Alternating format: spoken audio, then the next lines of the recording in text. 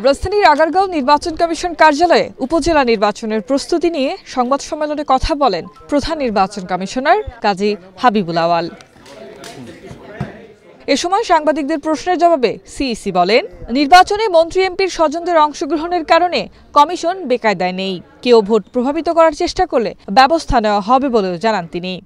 কোনো মাননীয় সংসদ সদস্য বা মন্ত্রী প্রভাবিত করছেন কিনা, যদি করে থাকেন আমাদেরকে যদি সেই তথ্য স্থান থেকে যদি দেওয়া হয় বা গণমাধ্যমের মাধ্যমেও যদি আমরা পেয়ে থাকি, আমরা কিন্তু তাৎক্ষণিক চেষ্টা করি তদন্ত করে ব্যবস্থা নেওয়ার জন্য। আর নির্বাচনের দিনে আমরা সকলেই সতর্ক থাকবো। আমাদের একটা কেন্দ্র আছে মনিটর করার, এবং আমরা এখান থেকেও কেন্দ্রীয়ভাবে মনিটর করব। আশা করি প্রভাব বিস্তারের বিষয়টি বড় সমস্যা হয়ে দাঁড়াবে না।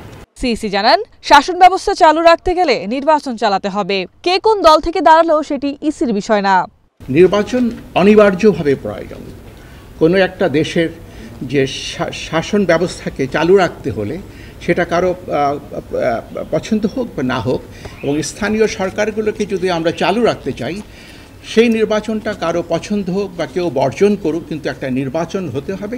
সেই দায়িত্বটা আমাদের উপর অর্পিত হয়েছে, আমরা সেই দায়িত্বটা পালন করতে পারি।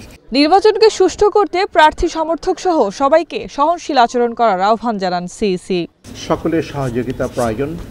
শুধু আইনশৃঙ্খলা রক্ষাকারী বাহিনী নয়, যারা প্রার্থী এবং প্রার্থীদের যারা কর্মী, তারা যদি আইনশৃঙ্খলা তারা যদি নিয়ম কানুন প্রতিপালন করেন, তাহলে নির্বাচনটা খুবই সহজ হবে।